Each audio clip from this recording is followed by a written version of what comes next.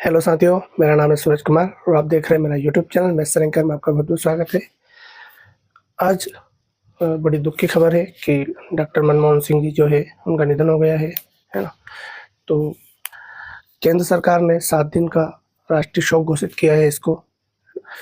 तो हम जानते हैं कि मनमोहन सिंह का कार्यकाल कैसा दिलचस्प रहा, कैसी उनकी अवधारणाएँ रही, है ना? कैसे उन्होंने सरकार में एंट्री ली और कैसे उन्होंने देश का शासन की बागडोर अपने हाथ में ली और देश के शासन को बखूबी चलाया। 1991 के समथिंग देश की आर्थिक स्थिति बहुत ज़्यादा खराब हो चुकी थी। उस समय मनमोहन सिंह जी ने अपनी रणनीति से देश का विकास किया, अर्थव्यवस्था को पटरी पर लाए, है ना? ये काफ़ी दिलचस्प था उनके लिए और काफ़ी एक कठिन कार्य भी था। हर किसी के लिए आसान नहीं होता है क्योंकि देश की अर्थव्यवस्था को पटरी पर लाना है ना? इतना मुश्किल कार्य उन्होंने किया है। चलो देखते हैं।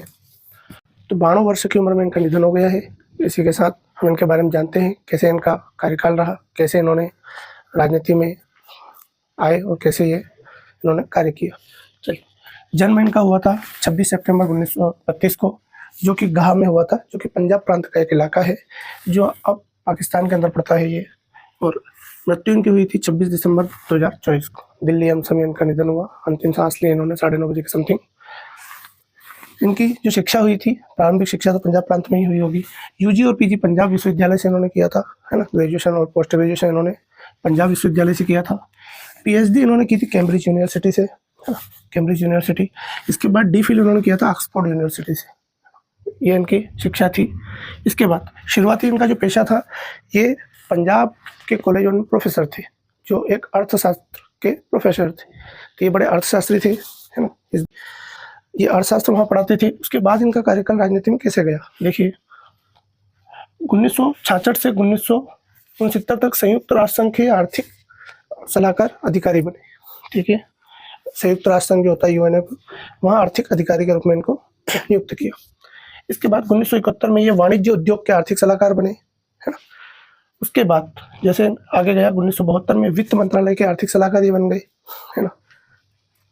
इसके बाद 1982 से 1985 तक ये हमारे भारतीय रिजर्व बैंक के क्या रहे, गवर्नर भी रहे, है ना? भारतीय रिजर्व बैंक जो हमारी बैंकों की बैंक है, आरबीआई, जहाँ नोट छपाई का कार्य होता है। यूजीसी के अध्यक्ष भी ये रहे, है ना? तो यूजीसी के अध्यक्ष भी ये उस समय रहे हैं। 1991 असम से राज्यसभा सदस्यता इन्होंने प्राप्त की थी। स्टार्टिंग जब ये चुनावी मैदान में आए थे तो इनको सांसद की राज्यसभा असम से प्राप्त हुई थी। वहाँ से कंटिन्यू इनका राजनीतिक सफर स्टार्ट हुआ। राजनीतिक सफर में 1991, 1995, 2001, 2007, 2013, 2019 राज्यसभा सांसद लगभग 33 वर्ष। 33 वर्ष में ये क्या हुए, यहाँ से रिटायर हुए, ठीक है? यहाँ से रिटायर हुए ये। इसके बाद अब ये एक फैक्ट है, 1991 से 1996 तक ये वित्त मंत्री रहे थे। नरसिम्हा राव की सरकार जब थी, नरसिम्हा राव की जब सरकार थी, उसमें ये वित्त मंत्री रहे थे। और इनका वित्त मंत्री बनना भी एक समय के ऊपर डिपेंड था, क्योंकि उस समय किसी और को वित्त मंत्री चुना जा रहा था। तो उन्होंने जो है मनमोहन सिंह नाम का समर्थन दिया था कि आप इनको बना दीजिएगा, और उन्होंने बखूबी इस काम को अच्छे से निभाया और अच्छे से इन्होंने अपने मंत्रालय को ऑपरेट किया। और उस समय अर्थव्यवस्था थोड़ी पटरी पर लाने का कार्य इन्होंने कहीं ना कहीं किया। इनकी महत्वपूर्ण योजनाएं थी, जो है ना, सबसे अच्छी योजना इनकी जो थी, जून 1991 में वैश्वीकरण और उदारीकरण की, है ना, इन्होंने लागू किया। जून 2005 में सूचना के अधिकार का इन्होंने बात रखी यहाँ पर। उसके बाद सितंबर 2005 में रोजगार गारंटी योजना को इन्होंने लागू किया।